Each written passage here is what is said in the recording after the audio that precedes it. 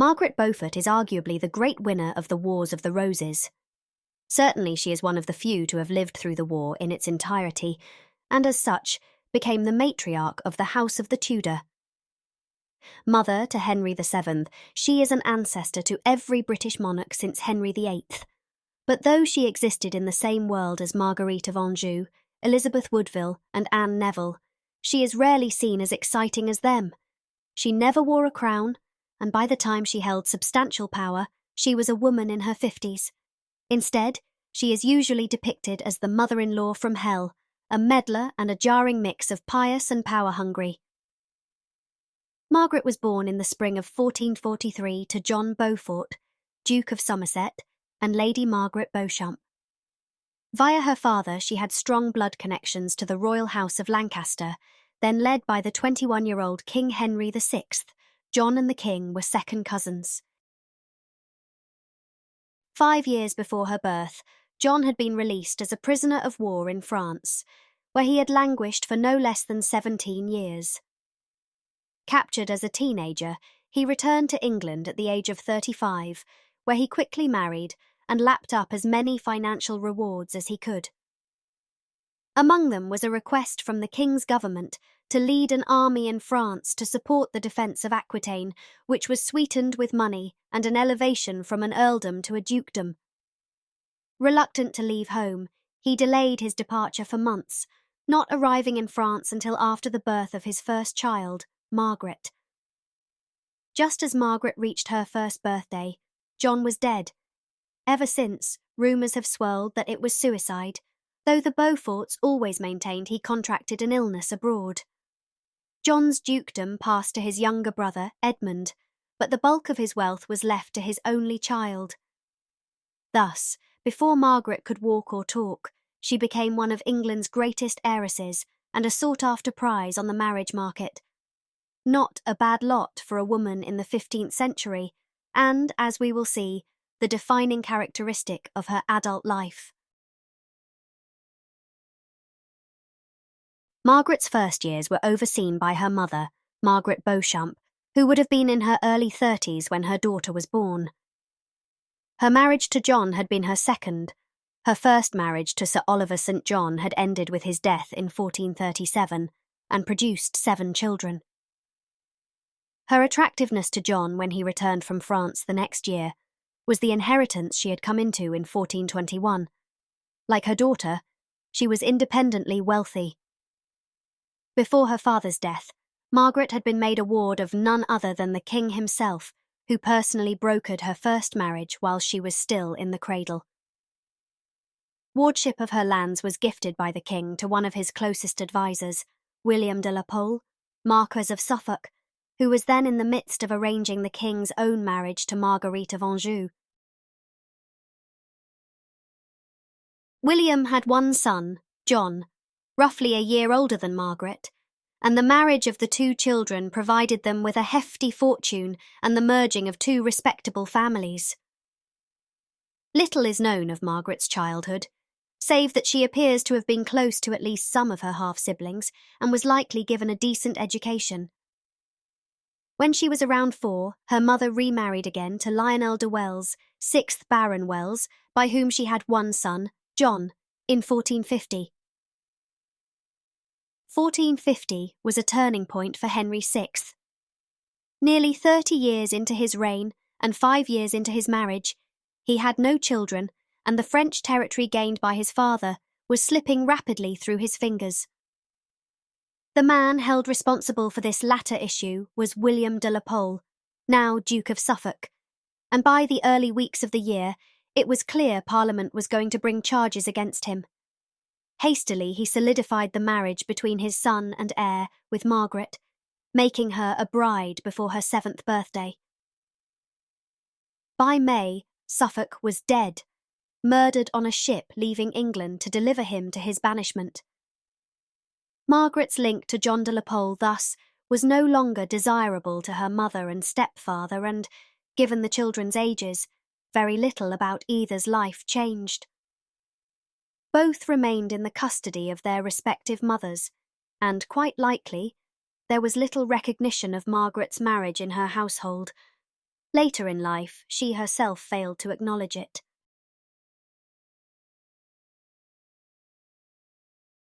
Three years later, King Henry quietly dissolved the union, which was easy enough to do, given that the children were still under the age of consent, and it had never been consummated.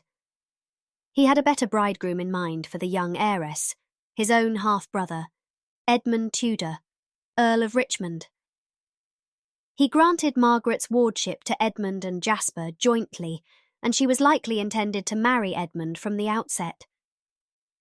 As Margaret was only 10 at the time, the wedding itself was postponed until November 24th, 1455, when she was 12 and he 25. Likely it was held in London in the presence of the King and Queen, since Edmund attended the opening of Parliament a few days earlier. It's possible that the marriage wasn't meant to be immediately consummated, but it certainly was by April 1456, when Margaret conceived. If Edmund was meant to hold off, his decision not to was likely financial, not lust. He could not fully gain control of his wife's fortune until there was a child.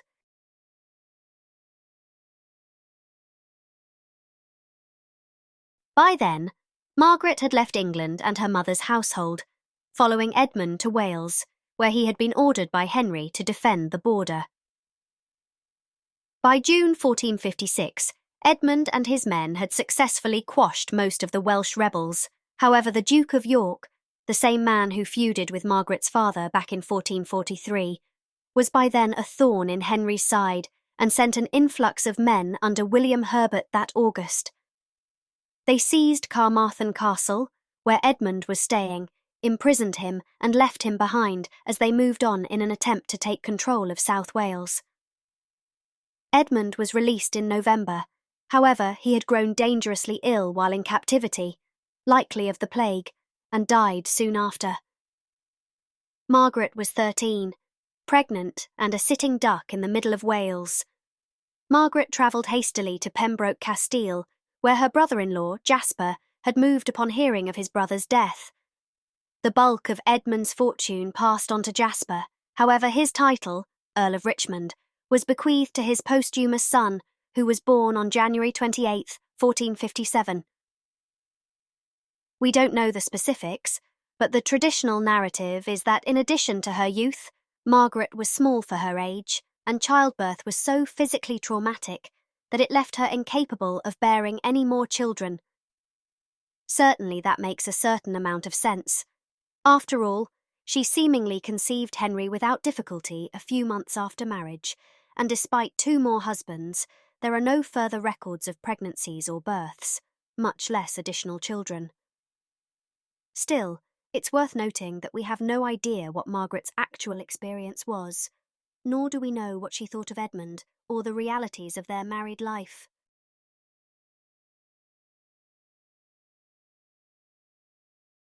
Rumour has it that Jasper wanted the child to be called Owen after his and Edmund's father, but that Margaret insisted he be christened Henry.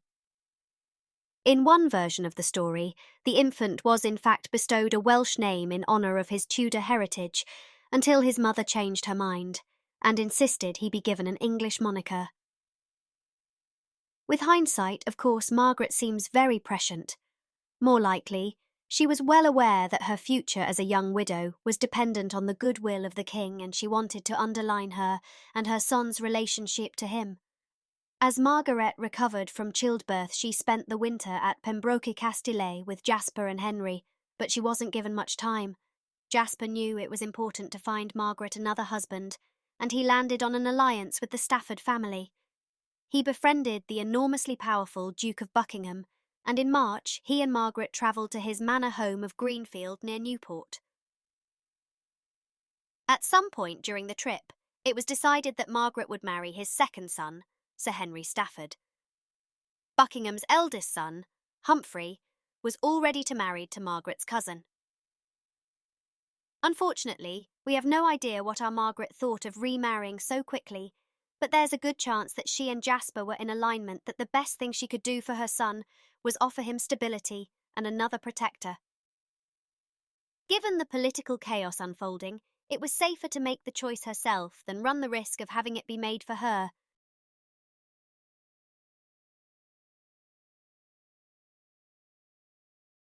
Margaret and Henry Stafford were married in January 1458. The bride was 14 and the groom in his early 30s.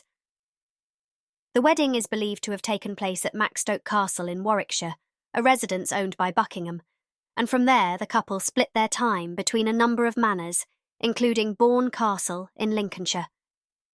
Thanks to Margaret's wealth, the couple lived comfortably and they invested significantly in their homes, renovating them to be as comfortable as possible. Unfortunately, Margaret's marriage brought about the separation of her and her son, who was left behind in his uncle's care in Pembroke Castle. Indeed, after their first year together in Wales, the two wouldn't reside under the same roof permanently for another 27 years.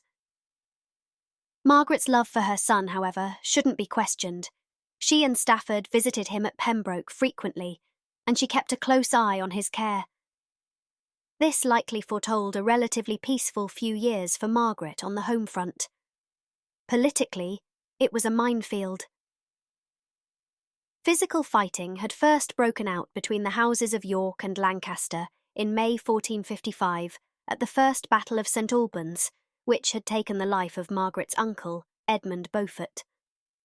The dukedom of Somerset was now held by her cousin, Henry, while court was an increasingly dangerous place as the two sides careened towards all-out warfare.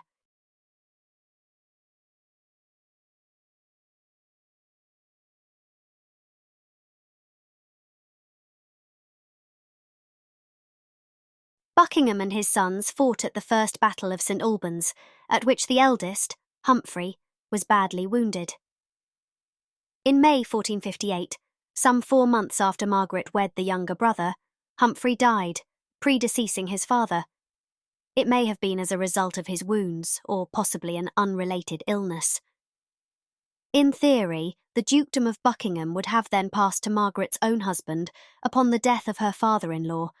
However, Humphrey and her cousin had already produced an heir. When Buckingham died 2 years later, in the summer of 1460, following the Battle of Northampton, the new duke was 6-year-old Henry Stafford, a figure who would become incredibly important to Margaret's life in later years. Staunch Lancastrians, Stafford and Margaret supported the king and queen until the bitter end.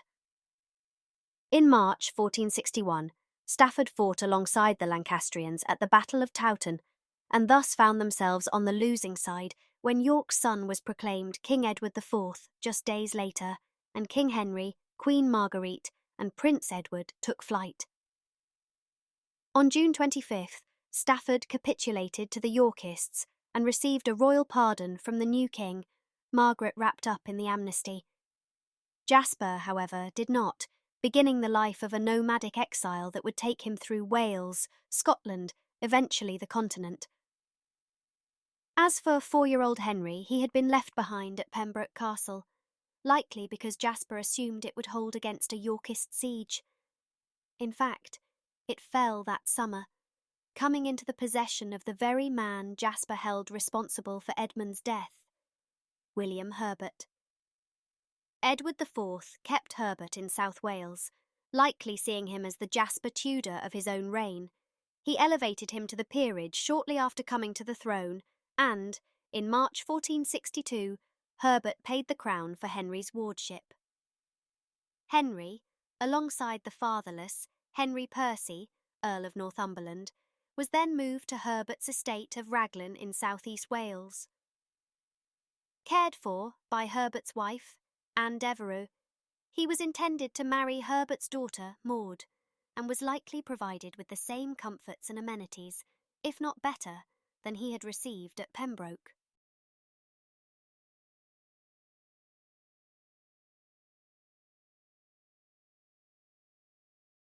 He was, however, separated from his mother, though they were allowed to correspond, and, thanks to Stafford's capitulation, Margaret was also granted occasional visits to Raglan. In September 1467, for instance, there is a record of Margaret travelling with her husband to see her son for about a week. The arrangement came to an abrupt end in 1469, when Edward IV was betrayed by his younger brother, George, Duke of Clarence, and his closest adviser and cousin, Richard Neville, Earl of Warwick. In defence of Edward, Herbert rode out from Raglan with an army including 12-year-old Henry Tudor. He was arrested following the Battle of Edgecote Moor by Warwick's men and unceremoniously beheaded on July 27th.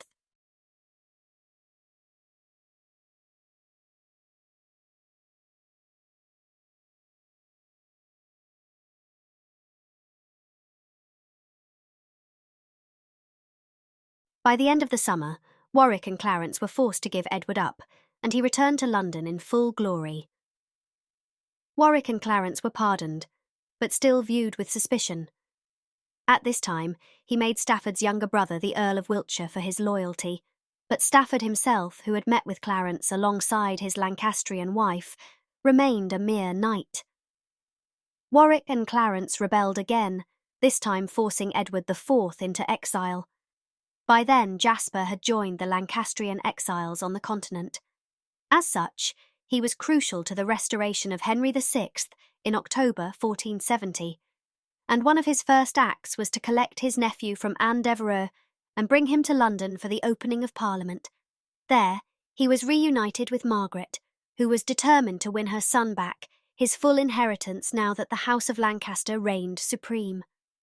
On October 27th, Henry travelled to Westminster for an audience with Henry VI, after which he dined with Margaret, Stafford, Jasper, and Henry VI's royal chamberlain, Sir Richard Tunstall.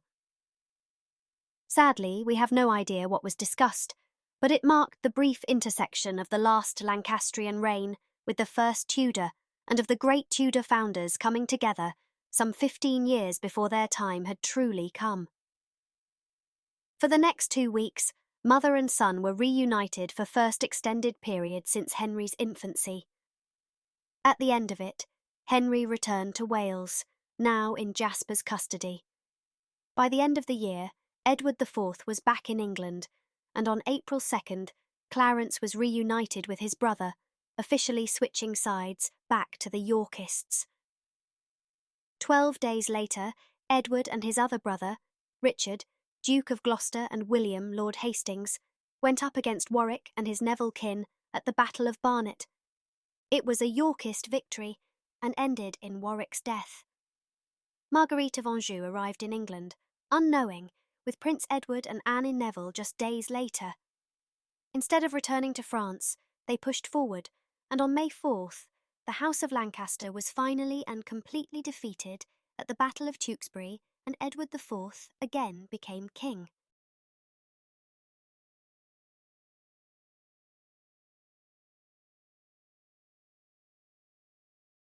"14-year-old Henry, with his Tudor and Beaufort parents, not to mention his Valois grandmother, was one of the few Lancastrians left with royal connections.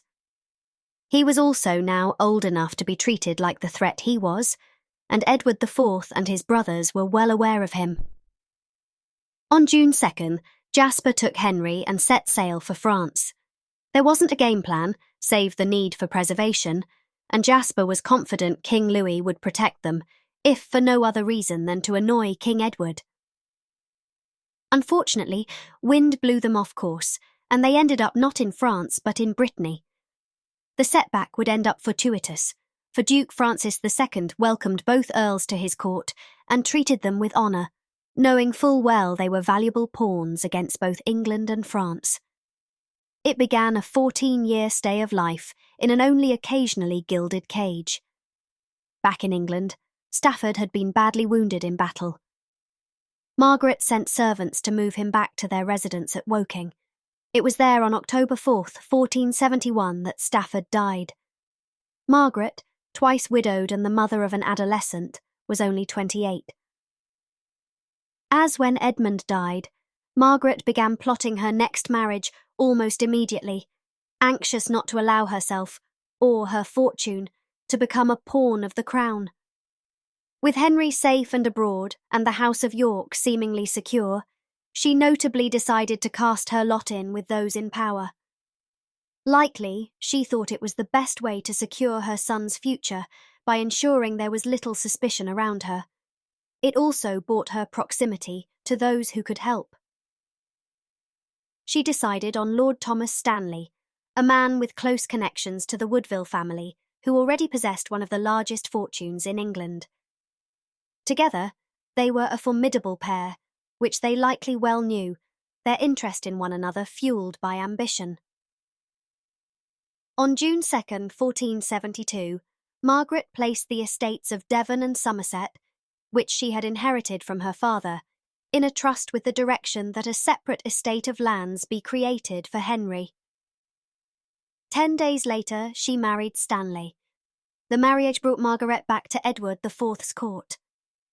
Margaret played the part of a loyal, Yorkist courtier well, even developing at least a cursory friendship with Queen Elizabeth by attending upon her and her daughters, of which there were 6 in total.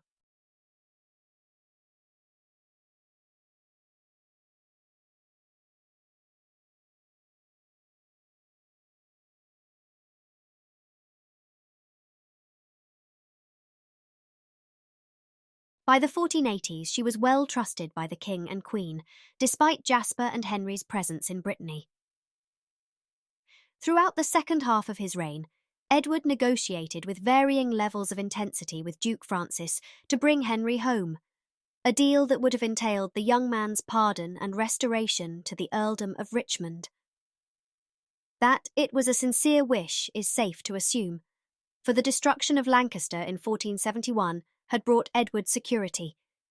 He had 2 sons who survived infancy and, until 1478, when Clarence was executed, 2 younger brothers.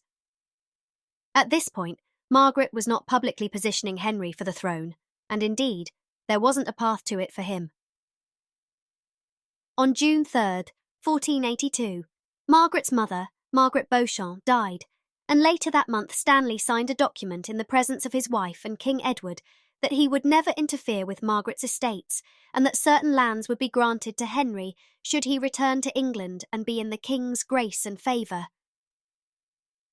At some point in this back and forth, the possibility of Henry marrying Edward's eldest daughter Elizabeth was raised.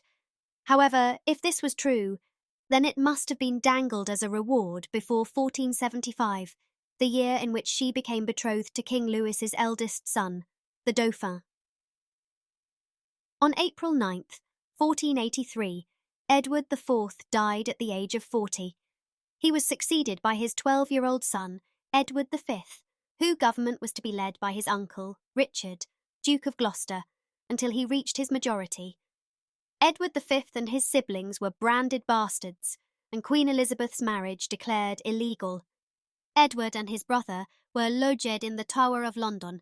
Elizabeth and her daughters sought sanctuary in Westminster, and Richard, Duke of Gloucester, was named King Richard III.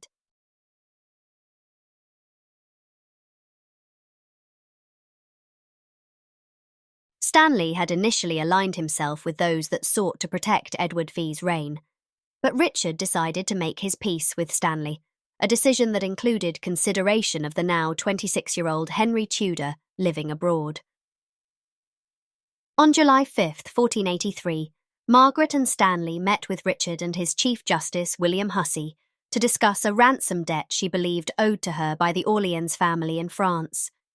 She also took this as an opportunity to approach her nephew, Henry Stafford, Duke of Buckingham, now 29 and Richard's closest counsellor, and ask him to intervene on her son's behalf. Again, the idea of marrying Henry to Elizabeth of York was raised, this time receiving the interest of not only Richard, Stanley and Margaret, but Buckingham, his wife, Catherine Woodville, and the bishops of Worcester and Ely. Just 1 week later, Richard sent an agent to Duke Francis in Brittany, urging him to keep Henry Tudor under lock and key. Francis responded with a long list of demands that Richard was ill-equipped to meet. As such, Henry continued to enjoy the greater share of freedom that Francis had slowly begun allocating him, including greater expense invested into his upkeep. Yet another fortuitous turn came when King Louis, arguably Europe's most powerful monarch at the time, died on August 30th, his throne passing to his 8-year-old son, Charles, and his government coming into the hands of his daughter, Anne, Duchess of Bourbon. Margaret, meanwhile, had grown invested in the idea of Henry marrying Elizabeth of York. She decided to make contact with Elizabeth Woodville, now living behind heavy lines of security from inside and outside Westminster Abbey Sanctuary. The two women shared a Welsh physician, Lewis Caerleon, who was freely allowed to pass Elizabeth's guards, and so the tradition goes that Elizabeth and Margaret began negotiating the idea of their two children marrying, using their combined influence to topple Richard from the throne.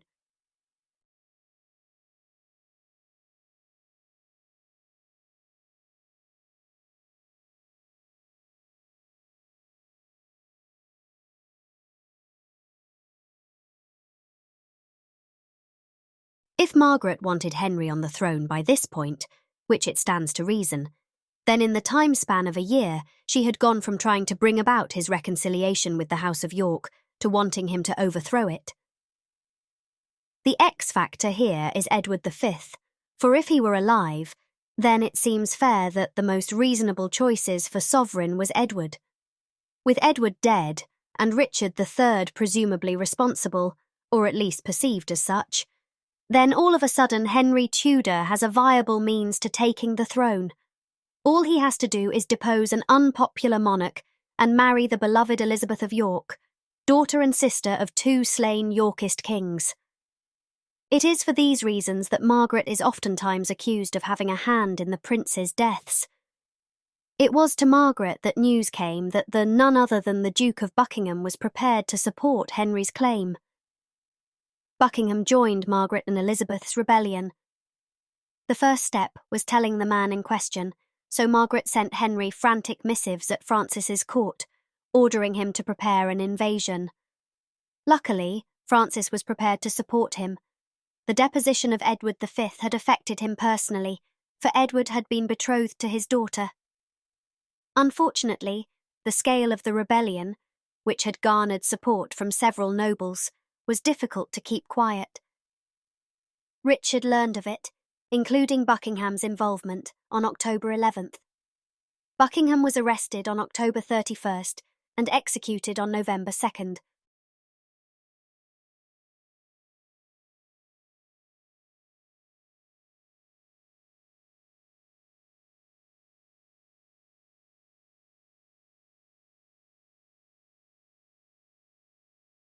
As for Henry, he had departed from Brittany at the head of a small flotilla of ships. Upon seeing the English coast littered with Richard's men, he and his entourage turned around. They ended up in France, and from there returned to Brittany, where they learned of Buckingham's death. Indeed, the fact that Henry was allowed to return to Brittany is a sign of how slim his chances of winning seemed. Well, that and France was plagued by internal politics, thanks to a child king. But Henry wasn't prepared to give up, this shot at taking the throne apparently setting him on a course from which he couldn't or wouldn't turn away. Understanding that his success depended on the support of Yorkists, and that he wouldn't receive that support unless he cemented his allegiance through marriage, he pledged on December 25th, 1483, in front of witnesses to marry Elizabeth of York. Back home, Margaret and her husband were in an uncomfortable position, for her role in the failed uprising was well known. Stanley, whose personal loyalty to Richard wasn't questioned, was named Constable of England that same December, while the extended Stanley family saw new grants and positions that further empowered them. Because of Stanley, Margaret was safe from the law, but the small change to the legality of her estates was devastating for a woman who had grown up independently wealthy. Her right to all of her titles and estates reverted to her husband, rendering her wholly dependent on him. Richard's council also demanded that Margaret be stripped of her servants and that Stanley effectively keep her under guard or glorified house arrest. Richard similarly spared his sister-in-law, Elizabeth Woodville. Instead, he negotiated with her return to court, the visual of her and his nieces hiding in sanctuary, not doing much for his reputation. In March 1484, the two Elizabeths and the other Yorkist princesses appeared at Richard's court before retiring to the country. A month later, Richard and Anne's only son, Prince Edward, was dead, and by Christmas of that year's, rumours were swirling that Richard meant to annul his marriage to Anne and instead marry his niece, Elizabeth of York. By March 1485, Anne was dead, and Elizabeth had been sent away from court to protect her and Richard's reputations.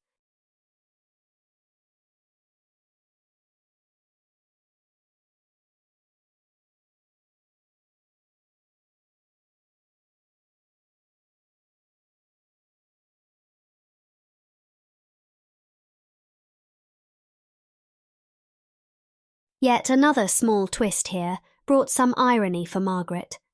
With Prince Edward dead, Richard needed an heir. He decided upon his nephew, the Earl of Lincoln, son of John de la Pole, Duke of Suffolk, Margaret's former husband. As for Henry, he was in increasing danger thanks to his public play for the English crown. In September 1484, he left Brittany for France with the permission of Charles VIII and the Duchess of Bourbon. The move had been nothing short of an escape, and involved the secret plotting of Henry and Jasper to cross the border, travelling straight for Anjou without stopping. In France, Henry was joined by the English Earl of Oxford, one of the few Lancastrian lords who refused to make their peace with York after 1471. Among his other followers were Thomas Grey, Marquess of Dorset, Elizabeth Woodville's eldest son via her first marriage, and Sir Edward Woodville, Elizabeth Woodville's younger brother. But Elizabeth Woodville was hardly waiting for Henry Tudor's arrival, nor, seemingly, was Elizabeth of York.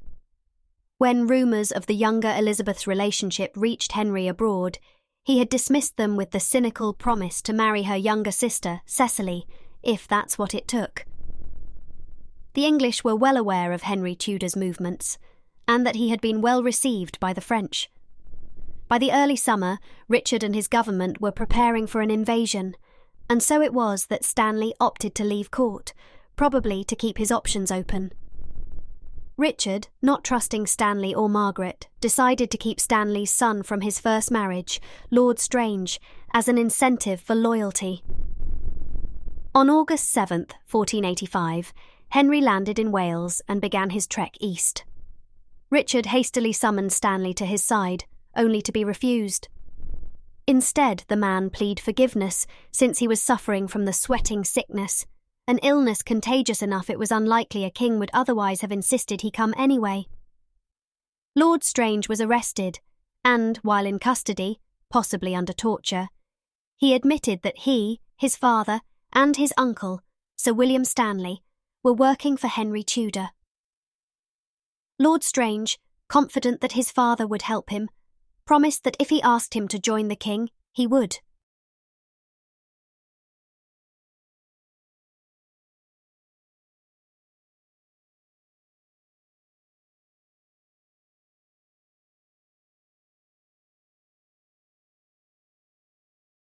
But Stanley decided there was more power in remaining non-committal. Thanks to the men he could deliver, and his ties throughout the country, Richard dared not harm his son until he knew Stanley's loyalty for certain. Stanley met with Henry the day before battle on August 21st, finally offering the younger man the certainty he needed. As for Richard, he continued to tell him he was blocking the rebels' path to London, but still refusing summons. Battle went forth on August 22nd on Bosworth Field, and when Richard was slain and his circlet obtained, it was Stanley who is reported to have crowned his stepson. It took a few days for news of Henry's victory to spread through the country. On August 26th, the Mayor of London ordered all soldiers not in service to leave, and preparations began for the new king's arrival. Henry was received there on September 3rd. It wasn't until October that Margaret and Henry were finally reunited, spending several days together at her manor of Woking. It was the first time mother and son had been together since the autumn of 1470, 15 years prior. From then on, Margaret saw to it that they were never separated again, ordering her rooms to be near his, as she took a place of supreme prominence at his court. And from the outset, it was observed that she had a particular influence on her son. One of Henry's earliest gifts to his mother was Richard's illuminated book of hours discovered in his tent at Bosworth. Margaret's reunion with Henry that year ushered in a new phase of her life, one in which she was the matriarch of a new Tudor dynasty and, in many ways, a more forceful and powerful presence at his court than his own wife would ever be. Margaret watched Henry's crowning in Westminster Abbey on October 30th, 1485.